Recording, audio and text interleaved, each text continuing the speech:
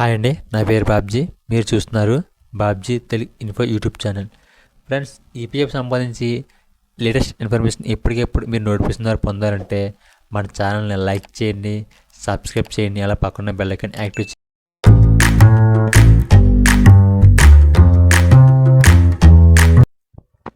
Okay friends, ఇంతకుముందు ఎలాగంటే 100%లో 75% withdraw చేసుకుని 25% మన అకౌంట్లో ఉంచుకునేవాడు.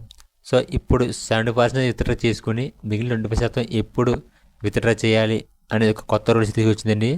అది ఏ విధంగా మీకు ఈ వీడియోలో చెప్తాను. ఓకే ఫ్రెండ్స్, మన ఛానల్ కొత్తగా ఏమైనా చూస్తున్నారైతే మన ఛానల్ని సబ్స్క్రైబ్ చేయండి, అలాగే పక్కన బెల్ ఐకాన్ యాక్టివ్ పెట్టుకోండి. ఓకే ఫ్రెండ్స్, ఇంకే టాపిక్కి వెళ్దాం. ఈపీఎఫ్ ఇటీవల కేంద్ర ప్రభుత్వం పలు మార్పులు తీసుకొచ్చింది. ఇందులో ఈపీఎఫ్ అకౌంట్లో కనీసం 25% నిల్వ ఉండాలనే నిబంధన పెట్టింది. అంటే ఇంతకుముందు చూసినట్టయితే 25% అకౌంట్లో నిల్వ ఉండాలి. దీని గురించి అనేక అనుమానాలు ఉద్యోగులు కలుగుతున్నాయి.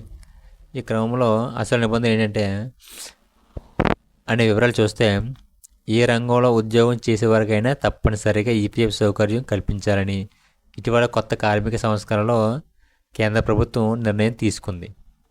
అంతేకాకుండా మినిమం శాలరీ లిమిటెడ్ వంటి నిబంధనలో పలు మార్పులు చేశారు. దీంతో నిర్ణయాలపై ఈపీఎఫ్ ప్రభావం చూపనున్నాయి.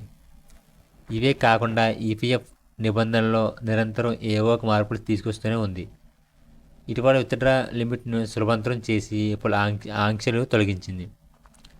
దీనివల్ల ఉద్యోగులు ఎప్పటికప్పుడు పిఎఫ్ అమౌంట్ అనేది విత్డ్రా సులువుగా చేసుకునే అవకాశం కల్పించింది. కానీ పిఎఫ్ అకౌంట్లో 20% కనీస నిల్వను మినహాయించి మిగిలిన సొమ్మును ఎప్పుడైనా తీసుకోవచ్చు అనే వెసులుబాటుని కల్పించింది. దీనిపై కాస్త గందరగోళం నెలకొనడంతో తాజాగా ఈపీఎఫ్ స్పష్టత ఇచ్చింది. గతంలో ఉద్యోగంలో ఉన్నప్పుడు ఈపీఎఫ్ డబ్బులు పాక్షికంగా తీసుకోవాలనుకుంటే మొత్తం తీసుకోవడానికి కుదిరేది కాదు. అందులో సరైన ఆధారాలు తప్పనిసరిగా చూపించాల్సి వచ్చేది. దీనికోసం తెలుసుకోవాలనుకుంటే ఉద్యోగి వాటాలో 50% సొమ్మును అనారోగ్య కారణాలతో అయితే 6 నెలల శాలరీని విత్డ్రా చేసుకునే సదుపాయం ఉండేది. ఇక గతంలో వివాహం కోసం తీసుకోవాలంటే 7 ఏళ్ళు, ఇంటి కోసం అయితే 5 ఏళ్ళ సర్వీసు నిబంధన ఉండేది. ఇక వివాహం, ఎడ్యుకేషన్ కోసం అయితే సర్వీస్ కాలంలో 3 సార్లు మాత్రమే ఉపసంహరణ చేసుకునే అవకాశం ఉండేది.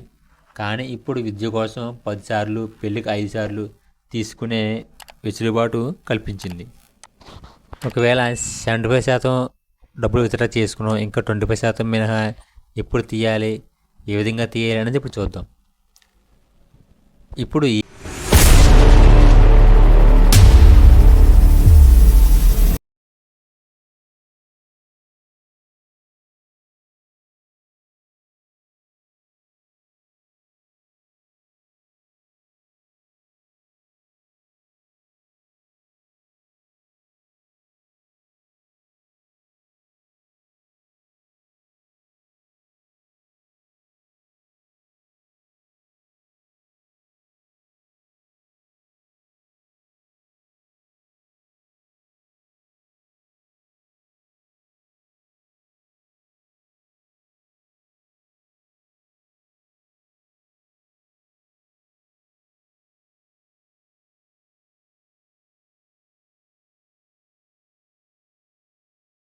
Friends, thank you friends. జై హింద్.